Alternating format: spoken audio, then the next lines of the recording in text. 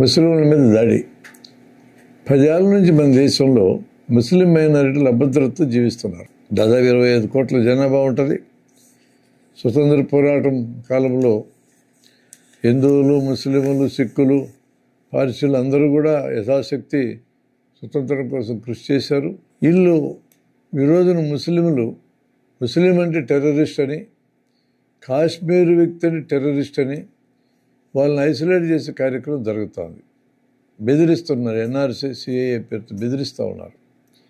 ఆ భయంలోంచి వాళ్ళందరూ ఏకమైతే ముస్లింల నాయకులు కొంతమంది పోయి మన ముస్లింలకు సెపరేట్ ఐడెంటిటీ కాలంలో రెచ్చగొట్టి ఆ గుంపుని ఇంకొంత పటిష్టంగా తయారు చేస్తే ఈ గుంపును చూపించి 180% కూడా హిందువులందరినీ ఏకం చేసి మెజారిటీలని అభద్రతకు గురి చేసి వాళ్ళందరూ ఓట్ బ్యాంక్ కింద మార్చుకునే కార్యక్రమం జరుగుతుంది.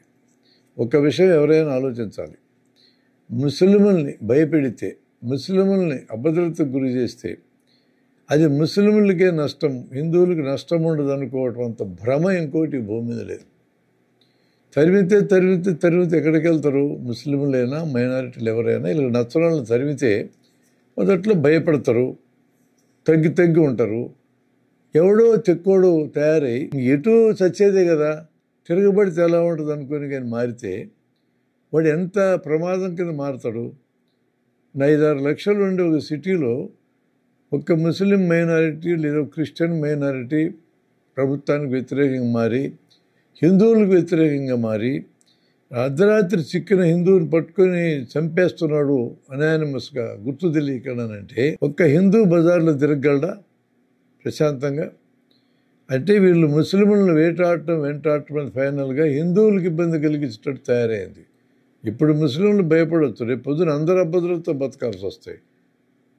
దేశ విభజన జరిగిన కాలంలో జరిగినట్టుగా హిందూ ముస్లింలు గలాటలు జరగాలని వీళ్ళు ఏమైనా కోరుకుంటున్నారా?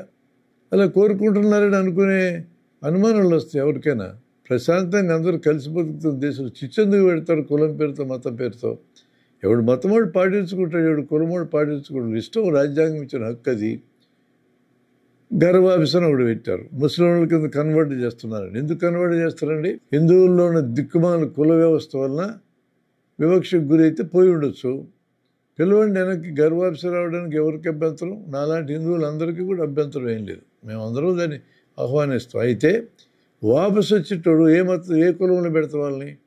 వచ్చేటోళ్ళు అందరూ మమ్మల్ని బ్రాహ్మణుల కింద మార్చమని అడుగుతారు, పెడతారా? మరి మమ్మల్ని వైశ్యాల కింద మార్చండి, రాజుల కింద మార్చని అడుగుతారు, పెడతారా? మరి కమ్మల రేట్ల కింద మార్చమంటారు, పెడతారా? దళితులు అందరూ వెనక్కి వచ్చి మాకు ఇవే ఇవ్వాలంటారు.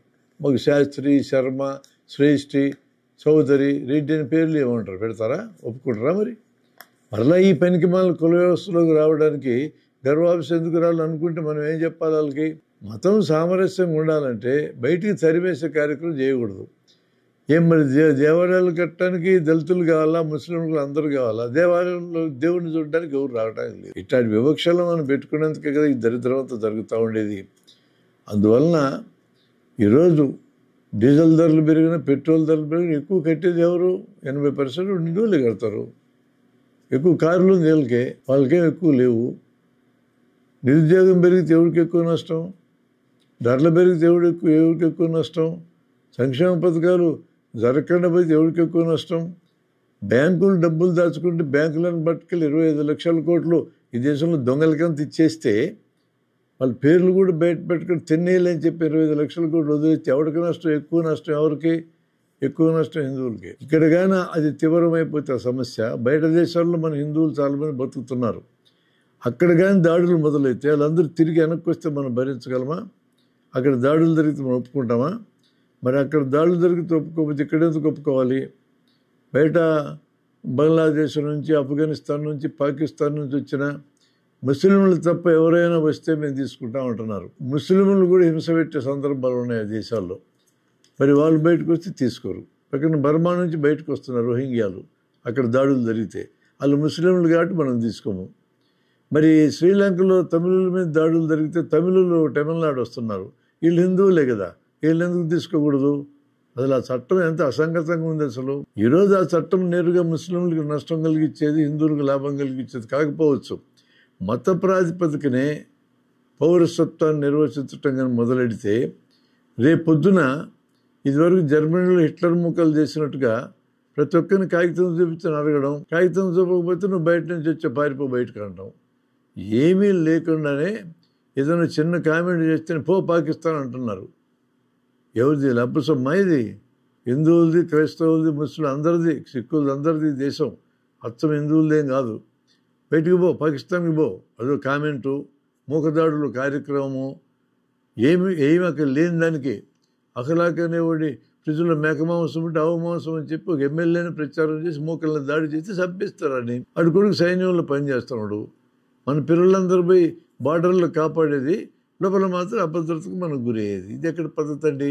అందుకని ముస్లింల మీద దాడులు ముస్లింలను తాత్కాలికంగా భయపెడతాయి, కానీ అది మొత్తం మీద హిందువులకు ప్రమాదకరంగా మారే అవకాశం ఉంది.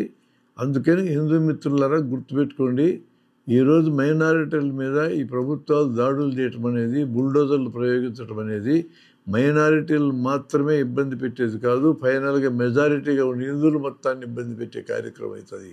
ఇది చాలా జాగ్రత్తగా ఉండాల్సిన అవసరం ఉందనేది నా అభిప్రాయం.